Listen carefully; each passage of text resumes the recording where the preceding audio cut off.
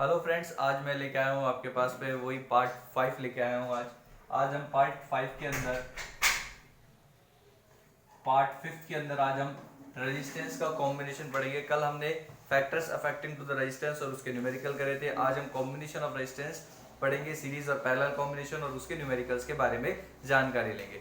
तो एक एक कॉन्सेप्ट हम बहुत इजी फॉर्म में लेंगे। ये बहुत एक डेरिवेशन आता है, थोड़ा बड़ा डेरिवेशन है। हम इसको इजी फॉर्म में बनाएंगे और बिल्कुल ट्रिकी फॉर्मूले से सॉल्व करके और इसके न्यूमेरिकल्स को सॉल्व करेंगे। देखिए इधर सपोज कीजिए, सबसे पहले हम यहाँ पे बात करेंगे सीरीज कॉम्बिनेशन की। ध्यान से देखिए इधर सीरीज कॉम्बिनेशन के अंदर हम यहाँ पे बात करते हैं कि अगर हमारे पास पे तीन रजिस्टर्स, सपोज कीजिए ये R1 है, ये R2 है और ये R3। R1 R2 R3 connected है सीरीज, एक के बाद एक। कहने का मतलब मैंने तीन तार एक साथ लगा दिए। तो तीनों का रेजिस्टेंस हम कैसे कैलकुलेट करते हैं? यहाँ पे हमने एक बैटरी लगाई है, यहाँ पे हमारे पास पे की है, तो करंट फ्लो होता है। ये याद रखना, सीरीज के अंदर जो करंट होता है वो क्या होता है हमारे पास पे सेम होता है। तीनों वायर में रेजिस्टेंस करंट क्या रहेगा हमारे पास? सेम रहेगा। लेकिन हम पहले से पढ़ रखे हैं कि तीनों का जो पोटेंशियल डिफरेंस होता है, तीनों का जो पोटेंशियल डिफरेंस होता है वो तीनों का पोटेंशियल डिफरेंस अलग अलग होता है। तो यहाँ का हमारे पास से पोटेंशियल डिफरेंस क्या होगा? V1 रहेगा, इसका V2 रहेगा, इसका V3 रहेगा। हम चाहे तो पैरेलल के अंदर वोल्ट मीटर भी लगा सकते हैं मेजर करने के लिए। तीनों का वोल्टेज अलग अलग रहेगा लेकिन तीनों का करंट सेम रहेगा। तो हम अगर टोटल करंट की बात करते हैं, टोटल करंट अगर हम यहाँ पे निकालना चाहते हैं अकॉर्डिंग टू ओम्स लॉ, की अगर हम बात करते हैं तो यहाँ पे V इजिकल्स टू क्या निकल के आता है? आई आर इक्वलेंट। ये इक्वेशन हो गई हमारे पास फर्स्ट, यानी V जो टोटल वोल्टेज है जो बैटरी से जा रहा है, I total current, R equivalent जो टोटल वैल्यू निकल के आएगी। हर अलग अलग टर्मिनल के लिए वैल्यू निकालेंगे। फिर हम फॉर फर्स्ट टर्मिनल की बात करते हैं तो फर्स्ट टर्मिनल के अंदर V1 बराबर हो जाएगा यहाँ पे IR1 के, क्योंकि इसका रेजिस्टेंस R1 है। V2 बराबर हो जाएगा यहाँ पे IR2 के, V3 बराबर हो जाएगा यहाँ पे IR3 के। ये हो गया सेकंड टर्मिनल, ये हो गया हमारे पास है थर्ड टर्मिनल। ये इक्वेशन सेकंड, इस पूरे को सेकंड इक्वेशन हम ले सकते हैं। ध्यान देखिए यहाँ पे V1 निकालेंगे, V1 का कितना हो जाएगा? IR1, क्योंकि यहाँ पे भी करंट I है, रेजिस्टेंस R1। V2 की वैल्यू वही ओम्स लॉ IR2, V3 की IR3।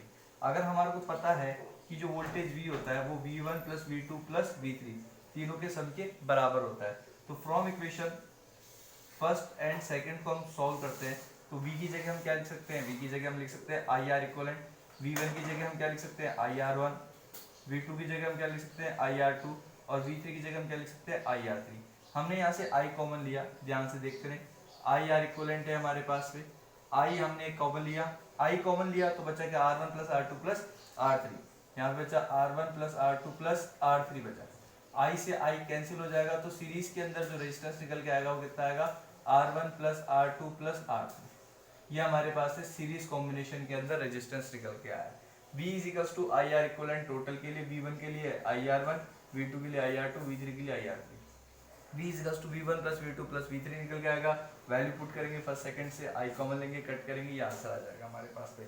सो सीरीज के लिए अगर हम रेजिस्टेंस निकालते हैं तो ये निकल के आएगा। एक छोटा सा एग्जांपल भी अगर मैं आपको बता दूं कि अगर सपोज कीजिए अगर हमारे पास पे तीन वायर लग रखे हैं, इसका 2 ओम है, इसका 3 ओम है और इसका 4 ओम रेजिस्टेंस है, तो यहाँ पे R कैसे निकल के आएगा? तीनों को हम क्या कर देंगे? टोटल रेजिस्टेंस डायरेक्ट ऐड कर दो, 2 प्लस 3 प्लस 4 ऐड कर लेंगे, 4 प्लस 3 7, 7 प्लस 2 9 ओम निकल के आएगा। ये हमारे पास से रेजिस्टेंस है।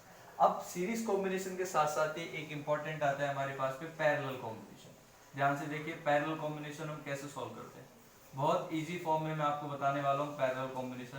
पैरेलल कॉम्बिनेशन का मतलब ये होता है कि अगर एक पॉइंट से तीन वायर निकलते हैं, एक पॉइंट से अगर तीन तार निकलते हैं तो हम कैसे निकालते हैं, कैसे सॉल्व करते हैं? देखिए यहाँ पे हमारे पास भी ये एक पॉइंट है, यहाँ से तीन तार निकलते हैं, 1 2 या 3, जरूरी नहीं है 3 ही निकले, 3 से ज्यादा भी निकल सकते हैं। एक पॉइंट से निकलते हैं फिर वापस से एक पॉइंट पे आकर के जुड़ जाते हैं। ये हमारे पास पे पैरेलल कॉम्बिनेशन की बात है। ये हमारे पास बैटरी, ये की, यहाँ से हमारे पास आई करंट जा रहा है, तीनों का रेजिस्टेंस अलग अलग है, R1 R2 और R3। अब चक्कर ये होता है कि इन तीनों के अंदर अलग अलग रेजिस्टेंस होने के कारण तीनों में अलग अलग करंट जाएगा, यानी करंट यहाँ पे डिफरेंट हो जाता है। यहाँ पे क्या था? करंट सेम जा रहा था लेकिन वोल्टेज अलग अलग था। लेकिन यहाँ पे क्या है कि वोल्टेज इस दो पॉइंट्स के बीच का निकालना है तो वोल्टेज सेम रहेगा इन तीनों के लिए, लेकिन करंट अलग अलग रहेगा। इसके लिए कितना रहेगा? I1, इसके लिए कितना रहेगा हमारे पास? I2, और इसके लिए कितना रहेगा हमारे पास है? I3। तीनों के लिए, तीनों वायर्स के लिए हमारे पास करंट की वैल्यू अलग अलग रहेगी, लेकिन वोल्टेज हमारे पास में क्या रहेगा, सेम रहेगा। अब अगर मैं बात करता हूं अकॉर्डिंग टू ओम्स लॉ से, according to Ohm's law V is to हमारे पास आई आर इक्वलेंट होता है, total voltage I, total current I. लेकिन यहाँ पे जैसे हमने V को ही रहने दिया सॉल्व करने के लिए, क्योंकि तीनों में V अलग अलग था, लेकिन यहाँ पे I अलग अलग है, इसलिए मुझे यहाँ पे लगाना पड़ेगा I is to V upon R equivalent. Okay, ये इक्वेशन मैंने फर्स्ट मान ली। अब तीनों के लिए मैं करंट निकालूंगा, यहाँ पे तीनों के लिए वोल्टेज निकाला था, क्योंकि वोल्टेज अलग अलग था, यहाँ पे करंट अलग अलग है, इसलिए मैं क्या निकालूंगा, वैल्यू करंट की निकालूंगा। तो यहाँ पे हमारे पास में जो फर्स्ट टर्मिनल की अगर बात करते हैं, फर्स्ट टर्मिनल की अगर बात करते हैं, फर्स्ट टर्मिनल में करंट I1 जा रहा है, तो उसकी वैल्यू हो जाएगी V अपॉन R1। यहाँ पे सेकंड की बात करते हैं तो कितना हो जाएगा, I2 है, वो कितना हो जाएगा V अपॉन R2। और यहीं पे हम बात कर लेते हैं I3 की, तो I3 इक्वल्स टू कितना हो जाएगा, V अपॉन R3। इसको और ये साथ मिलके हमारे पास में इक्वेशन सेकंड है हमारे पास में, ठीक है। यहाँ पे हमारे पास में इसके लिए आ गया, टोटल के लिए बात कर ली, और यहाँ पे तीनों टर्मिनल के लिए अलग अलग निकाल लिया। I1 के लिए कितना हो गया, V अपॉन R1, I2 के लिए V अपॉन R2, I3 के लिए V अपॉन R3। तीनों के लिए हमने अलग अलग बात कर ली, क्योंकि तीनों का वोल्टेज अलग अलग है, तीनों का वोल्टेज सेम है, बट करंट हमारे पास में अलग अलग है। इसके अंदर लिख सकते हैं आप, यहाँ पे current same but voltage different, voltage मतलब इलेक्ट्रिक पोटेंशियल अलग अलग है। यहाँ पे हमारे पास में क्या होता है, करंट अलग जाता है, बट इलेक्ट्रिक पोटेंशियल जो होता है वो हमारे पास में सेम होता है। और सेम क्यों होता है, अलग क्यों होता है, ये मैंने आपको बता रखा है। यहाँ पे करंट सेम क्यों होता है हमारे पास में, क्योंकि करंट यहाँ पे हमारे पास है एक वायर ही कनेक्टेड है, तो सेम वायर के अंदर सेम करंट जाएगा, तो वोल्टेज हमारे पास अलग इसलिए क्योंकि तीनों का रेजिस्टेंस की वैल्यू अलग अलग है, ठीक है। और पोटेंशियल डिफरेंस इसका चेंज होता रहेगा, लेकिन due to the effect of resistance की वजह से। लेकिन यहाँ पे हमारे पास में क्या है, पोटेंशियल डिफरेंस इन दो पॉइंट्स के बीच का आ रहा है हमारे पास में, ओके। पोटेंशियल डिफरेंस इन दोनों पॉइंट्स के बीच का निकाल रहे हैं हमारे पास में, तो पोटेंशियल डिफरेंस तीनों वायर्स का क्या रहेगा, सेम रहेगा। और करंट क्या हो जाएगा, तीनों के रेजिस्टेंस के हिसाब से चेंज। सपोज करो इसका रेजिस्टेंस कम है तो करंट ज्यादा जाएगा, इसका ज्यादा है तो कम जाएगा, ऐसे हमारे पास से वेरिएशन हो जाएगी। यहाँ पे हमारे पास में अगर टोटल करंट निकालते हैं, हमारे को पता है I equals to I1 plus I2 plus I3 निकल के आता है। I की वैल्यू क्या लिख सकते हैं, from equation first and second हम एक साथ लिखते हैं। I की जगह हम लिखेंगे क्या, V upon R equivalent. I1 की वैल्यू कितनी हो जाएगी, V अपॉन R1, I2 की V अपॉन R2, I3 की V upon R3। V upon R1 plus V upon R2 plus V upon R3। यहाँ पे हम V कॉमन लेंगे, इसका सॉल्यूशन मैं कुछ यहाँ बता रहा हूँ, थोड़ा सा जगह कम पड़ रही है इसलिए। यहाँ पे हमारे पास में V अपॉन R इक्वलेंट, तो ऐसे कैसे, यहाँ पे हमने V कॉमन लिया, बचा 1 upon R1 plus 1 upon R2 plus 1 upon R3। यहाँ पे V से V कैंसिल हो गया, 1 अपॉन R इक्वलेंट निकल के आएगा 1 upon R1 plus 1 upon R2 plus 1 upon R3। ये हमारे पास में पैरेलल कॉम्बिनेशन का रेजिस्टेंस निकल के आया। तो ये हमने दो चीज निकाल ली है, एक तो सीरीज कॉम्बिनेशन के लिए, एक पैरेलल कॉम्बिनेशन। सीरीज के लिए V equals to IR equivalent, तीनों के लिए अलग अलग निकाला, एक साथ सॉल्व किया, V equals to V1 plus V2 plus V3, value put करी, I कॉमन लिया, कट किया, R इक्वलेंट निकल के आया। एक एग्जांपल भी लिया हमने साथ में। इसके अलावा पैरेलल एक पॉइंट से 3 निकलते हैं, तीनों के लिए करंट डिफरेंट होता है, वोल्टेज सेम रहता है, तो करंट हमने निकाला। पहले तो टोटल करंट निकाला, V upon R equivalent, I1 I2 और I3 निकाला। Total current I equals to I1 plus I2 plus I3, value put करी, V कॉमन लिया, कट किया, तो ये रेजिस्टेंस हमारे पास से पैरेलल के अंदर सॉल्व हो गया। और ये रेजिस्टेंस फॉर्मूला होता है सीरीज के अंदर। अब इसका एक न्यूमेरिकल लेके चलते हैं, उस न्यूमेरिकल से आपके पास है सीरीज और पैरेलल कॉम्बिनेशन के सारे कंफ्यूजिंग जो आपको हैं, जो डेरिवेशन से, डेरिवेशन के साथ साथ जो आता है हमारे पास में, इस साल डेरिवेशन आया था आपके आरबीएसई बोर्ड के अंदर और सीबीएसई बोर्ड के अंदर हर साल, यानी एनसीईआरटी के बुक के हिसाब से हर साल सीरीज पैरेलल का न्यूमेरिकल जरूर बैठता है, तो उसको आप देखते रहे ध्यान से।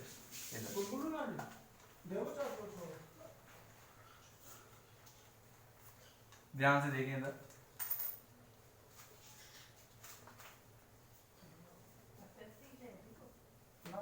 ध्यान से देखिए इधर।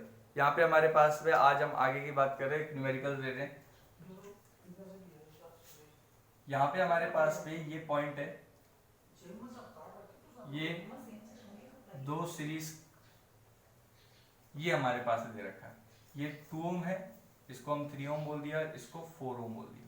3 रेजिस्टेंस है, 2 पैरेलल में कनेक्टेड है, फिर एक सीरीज में कनेक्टेड है। इसको कैसे सॉल्व करेंगे हमारे पास में, तो हम इसका सॉल्यूशन बिल्कुल आसान है। क्या करेंगे, पहले इसका पैरेलली सॉल्व करेंगे।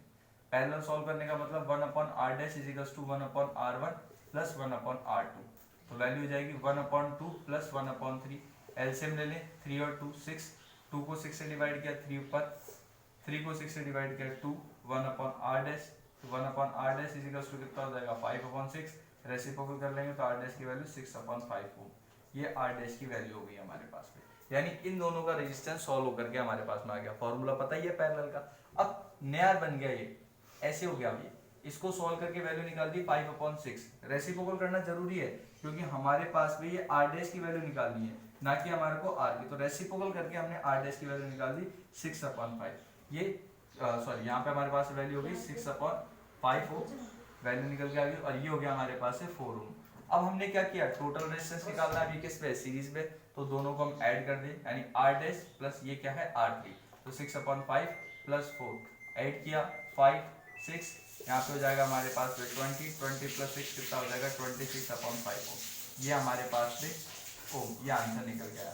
तो इस सर्किट का कैसे निकल गया, पहले पैरेलल सॉल्व किया और फिर सीरीज में गए हमारे पास। ऐसे काफी सारे न्यूमेरिकल्स आते हैं, ध्यान से देखिए, काफी सारे न्यूमेरिकल्स आते हैं जो आपको प्रॉब्लम करते हैं, लेकिन मैं बिल्कुल कॉन्सेप्चुअली आपको बताता चला जाऊंगा और आपको कोई भी एग्जाम्पल में प्रॉब्लम नहीं आएगी। साथ में देखिए एक और न्यूमेरिकल, यहाँ पे अगर हमारे पास में सपोज कीजिए ऐसा एक न्यूमेरिकल रख रखा है, आ रखा है,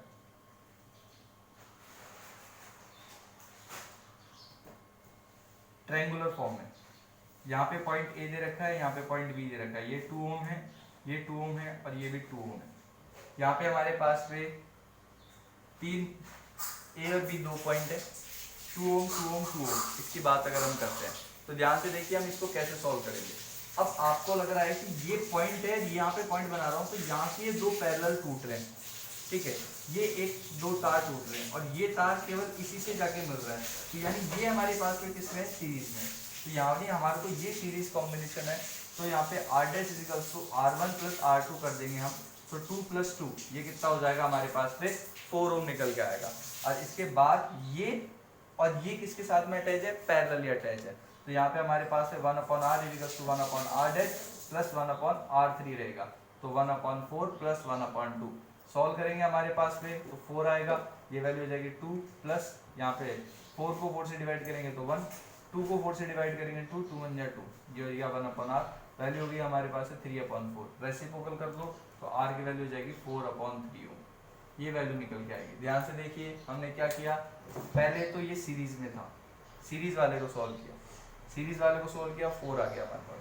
अब ये सीरीज और ये पैरेलल, इसको हमने पैरेलली सॉल्व किया, तो पैरेलली सॉल्व किया तो हमारे पास में 1/r डैश प्लस 1/r3, तो 1/4 प्लस 1/2 एलसीएम लिया, 3/4 आया, रेसिप्रोकल करना जरूरी था, तो इसका आंसर क्या आया 4/3 ओम। आपको हर एक क्वेश्चन में आपको कॉन्सेप्चुअली बताऊंगा। इसके एक और एग्जांपल देखिए आप, ध्यान से देखिए, एक और तरह का एग्जांपल देखिए। अगर हमारे पास में ये आता है,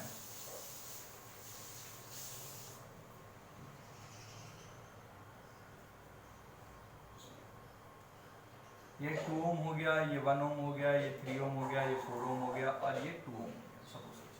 अब इसको कैसे सॉल्व करेंगे हमारे पास, अब आपको ये दिख रहा है कि सीरीज भी है, पैरेलल भी है, सीरीज भी है। कैसे, ये सीरीज में, ये सीरीज में, फिर ये पैरेलल में और फिर सीरीज में।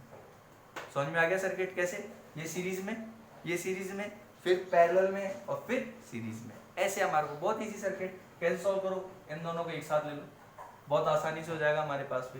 तो ये वैल्यू r डैश बोल दो इसको, तो ये हो जाएगा 2 + 1, तो डायरेक्ट 2 + 1 तो मैंने बता दिया 3 ओम हो गया। इस वैल्यू को डायरेक्ट ले लो, इसको r डबल डैश बोल दो, ये कितना हो जाएगा 3 + 4, ये हो गया कितना 7 ओम हो गया। अब पैरेलली सॉल्व कर दो, तो 1/r is equals to 1/r triple dash बोल दो, 1/r dash plus 1/r double dash, क्योंकि इन दोनों को सॉल्व करके जो आंसर आया, तो वैल्यू कितनी हो जाएगी हमारे पास में 1/3 प्लस 1/7, एलसीएम ले लिया 21, यह आ जाएगा 7, यहाँ पे आएगा 3, यहाँ पे हो जाएगा 10/21, 1/r ट्रिपल डैश, तो r ट्रिपल डैश रेसिप्रोकल करना पड़ेगा, तो आएगा 21/10 ओम। इसको लिख सकते हो चाहे तो 2.1 ओम, बाकी 21/10 ओम भी कोई दिक्कत नहीं है।